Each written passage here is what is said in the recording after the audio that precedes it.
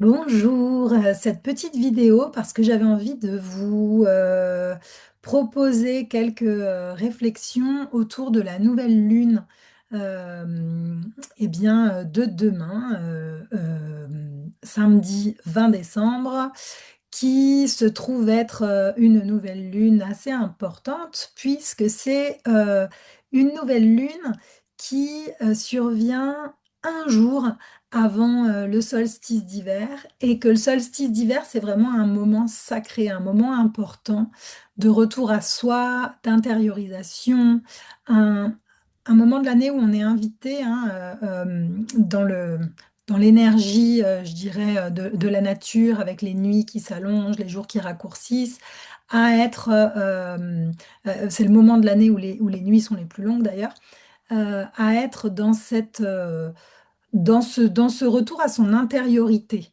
hein. Ce solstice, en plus, il survient là, à la veille de la saison du Capricorne, qui est vraiment une saison qui va nous accompagner à partir de la semaine prochaine, où nous sommes invités, à revenir à nous-mêmes, à être dans une forme de solitude introspective. Donc, c'est ce moment-là, qui est le moment du solstice d'hiver, et cette nouvelle lune, elle survient à la veille de ce solstice d'hiver. En fait, c'est intéressant parce que ce dernier cycle lunaire, cette dernière nouvelle lune de l'année 2025, en fait, ouvre à la fois le dernier cycle lunaire de l'année et en même temps le premier cycle lunaire de l'année 2026, puisque ce cycle lunaire engagé par cette nouvelle lune du 20 décembre, il va s'étendre sur le mois de janvier aussi. Voilà. Donc, on pourrait dire que finalement, le nouveau cycle de 2000, ou enclenché par l'année 2026, il va commencer euh, au moment de cette nouvelle lune. Voilà. Et donc, j'avais envie de vous partager un petit peu euh, mes ressentis, mes interprétations autour de cette nouvelle lune, dans la continuité de la causerie que j'ai animée mercredi 17, bien pour vous accompagner en fait dans l'accueil de ce moment. Alors, ce qu'on voit, c'est que cette nouvelle lune, elle a lieu dans le signe du Sagittaire, qui est un signe de croissance, d'expansion, qui est un signe qui nous invite à nous reconnecter à nos valeurs profondes, à nos idéaux, à nos aspirations pour nourrir cette croissance. Donc j'en ai un petit peu parlé dans la causerie, mais du coup là, pour moi, l'invitation serait celle de se questionner sur de quoi ai-je besoin pour continuer de grandir, pour continuer, oui, de nourrir cette croissance intérieure. Et donc, c'est un moment particulier pour aller poser des intentions. Parce que la vibration Sagittaire, c'est vraiment une vibration qui nous invite à nous connecter à plus grand. On voit bien le Sagittaire, hein, dans sa symbolique de centaure. Il a une flèche qui tire vers le ciel. Donc, en fait, depuis l'espace de la Terre, il vise quelque chose de plus grand, de plus lointain, de plus haut. Donc, vraiment d'être dans ce questionnement, quelles sont mes intentions, réfléchir à mes intentions, à la direction que je souhaite donner à mon année 2026, euh, profondément en accord avec mes idéaux, en accord avec mes valeurs. Voilà, la vibration Sagittaire, c'est un signe de feu et c'est le dernier des signes de feu. Et en fait, moi, quand j'ai étudié la dernière formation que j'ai faite en astrologie des mémoires cellulaires, Philippe Sonneville disait que le Sagittaire, c'était un signe de feu, le troisième, mais le signe de la flamme qui se meurt. Et qu'il y avait besoin sans cesse de nourrir la vision, de nourrir les aspirations, de nourrir ses idéaux avec la vibration Sagittaire pour maintenir la flamme vivante.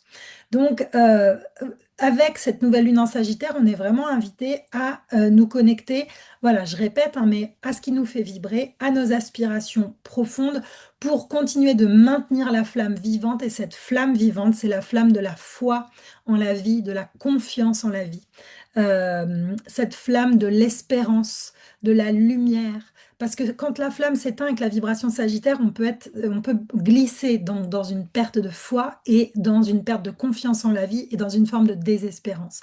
Donc vraiment de nourrir cette espérance, de prendre de la hauteur par rapport à ce qu'on traverse, parce que la vibration Sagittaire, elle nous invite aussi à prendre cette hauteur pour déployer une vision globale sur ce qu'on traverse.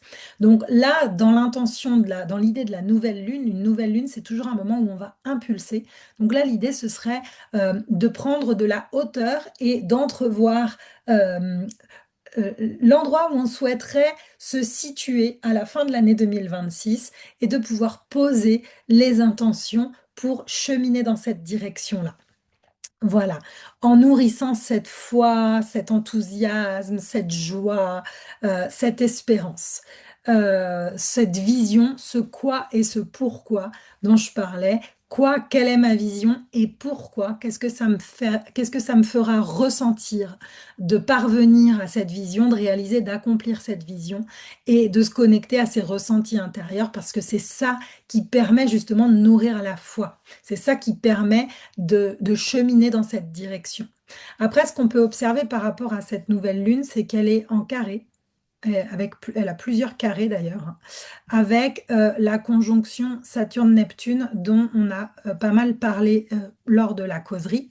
Et donc ces carrés-là avec Saturne, bah, Saturne c'est la vibration qui correspond au signe du Capricorne, la planète qui vient correspondre au signe du Capricorne. Et là on est dans un principe de réalité, de réalisme, là où le Sagittaire, comme la vibration Poisson d'ailleurs, peut être dans quelque chose de très idéaliste et de pas forcément réalisable. Eh bien, ces carrés, donc, qui sont des aspects de challenge, de défis, mais qui viennent de tensions intérieures, mais pour nous faire évoluer. Pour nous faire grandir justement, et bien pour nous mettre en mouvement aussi, et bien en fait là avec ces carrés à Saturne-Neptune, euh, en fait, on se souvient, Saturne-Neptune, c'est quels efforts je dois réaliser pour donner vie à mes aspirations, hein, avec Neptune, comment est-ce que je peux structurer, concrétiser, matérialiser mes rêves, mes aspirations. Donc, il y a tout un principe de réalité. Donc, en fait, ici, les carrés à Saturne pour cette nouvelle lune, elle nous invite vraiment à être, à définir, à ressentir si nos intentions, ce sont des intentions idéalistes, irréalisables, et de prendre conscience de ce qui peut être réalisable, faisable concrètement, et surtout des efforts possiblement qu'il va y avoir à fournir, quelles sont les différentes marches à gravir pour parvenir au sommet de la montagne, comment concrètement est-ce que je peux matérialiser, structurer les choses. Donc là où c'est complexe, c'est que Saturne, ça peut amener ça peut être, en fait, c'est le sens des réalités, donc ça va être toutes les limites de l'existence matérielle, les limites physiques, les limites financières, les limites en termes de temps. Et donc, en fait, en lien avec ces intentions qu'on est invité à poser avec cette nouvelle lune, dans cette énergie de Sagittaire pour maintenir cette flamme vivante, eh ben, en parallèle, la question à se poser, c'est quelles sont les limites, dans quelle mesure c'est faisable et peut-être dans quel temps, comment est-ce que je peux m'organiser concrètement pour gravir marche après marche cette montagne que je souhaite parvenir à gravir. Et voilà, donc ici, il y a vraiment se poser des questions sur le concrètement réalisable, comment est-ce que je peux nourrir mon expansion concrètement, comment est-ce que je peux continuer de structurer ma croissance concrètement, aussi d'accueillir le fait qu'il faille du temps parfois et que le temps, ça peut être un allié et que, il y a des étapes à respecter et qu'on ne construit pas une maison en commençant par le toit de la maison, que les fondations doivent d'abord être solides et bien stables, et que parfois ça peut, voilà, qu'il y a une temporalité à respecter. Ça ne veut pas forcément dire que tout doit être lent, mais qu'il y a une temporalité qui peut être, selon vos aspirations, plus ou moins longues ou plus ou moins courtes. Voilà. Donc, c'est ce que nous disent ces carrés. Voilà, donc c'est pour ça que c'est challenge, parce que le Sagittaire peut être très idéaliste et la vibration saturnienne, là, elle ramène un principe de réalité. et elle peut nous mettre à l'épreuve aussi parce que, je l'ai dit dans la causerie, hein, cette conjonction Saturne-Neptune, ça pourrait aussi amener à traverser une période de perte de foi. Là où le Sagittaire, il a besoin de nourrir la foi à partir de ses valeurs, de ses idéaux pour maintenir la flamme allumée. Donc, en fait, là, il y a aussi comme un challenge, une mise à l'épreuve de la foi, de la persévérance avec Saturne qu'on peut avoir pour justement nourrir cette quête de sens qui anime le Sagittaire. Ça vient aussi nous dire que c'est un chemin solitaire, hein, qu'on a besoin de se retrouver avec soi pour que ça ne peut partir que de soi-même. C'est-à-dire que euh, pour pouvoir maintenir cette flamme vivante, avec Saturne, on est obligé d'en revenir à soi-même dans la vibration du solstice d'hiver, hein, de revenir à soi dans cette énergie d'introspection. C'est quelque chose qu'on ne peut pas attendre de l'extérieur, ça ne peut venir que de l'intérieur. Voilà ce que ça peut venir nous dire.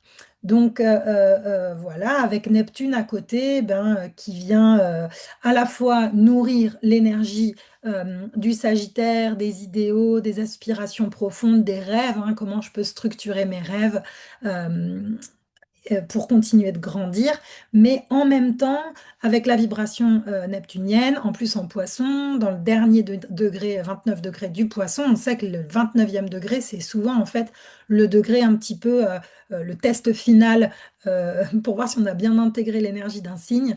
Et là, avec le 29e degré du poisson, bah voilà, il y a tout un challenge aussi autour possiblement d'une période de flottement, de flou, c'est pas clair, on peut se sentir un peu perdu, désorienté par rapport justement à cette direction de 2026. Donc c'est un peu tout le challenge de cette nouvelle lune que de réussir à revenir en soi pour aller recontacter profondément quelles sont les aspirations, comment est-ce qu'on peut continuer à grandir en 2026 malgré le flou qui permet peut-être pas encore d'entrevoir pleinement une direction claire, mais d'aller se connecter plus au ressenti intérieur de ce qui fait vibrer, de ce qui peut maintenir la flamme vivante, de toutes ces... euh,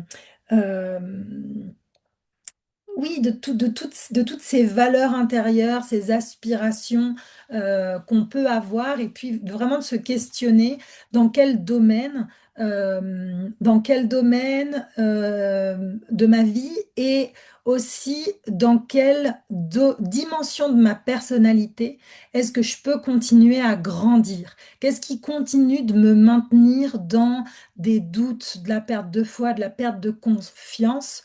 Dans ma vision du monde, hein, avec le Sagittaire, et comment est-ce que je pourrais accueillir ça et continuer de grandir autour de ça. Euh, voilà.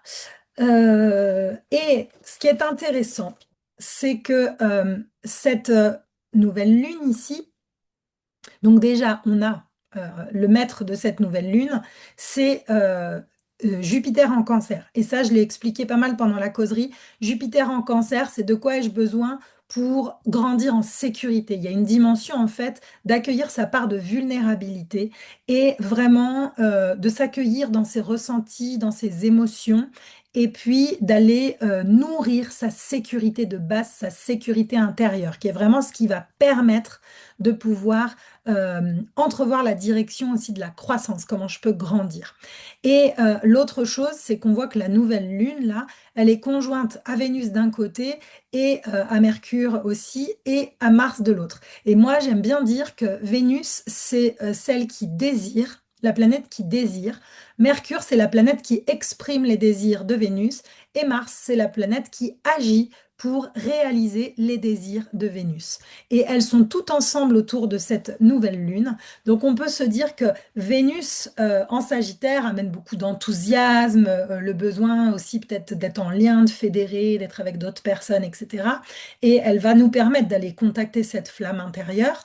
Euh, et Mercure en Sagittaire aussi va nous permettre d'exprimer, donc de pouvoir le mentaliser, de pouvoir penser et de pouvoir exprimer donc quels sont ces désirs profonds, ces aspirations profondes euh, pour cette direction 2026.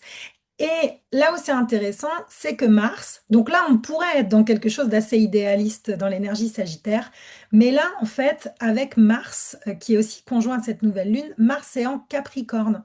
Donc moi, ce que ça m'inspire, c'est que Mars, finalement, ça va être l'énergie, parce que Mars, c'est vraiment ce dynamisme, ce passage à l'action, cette énergie concrète, qui vient nous permettre de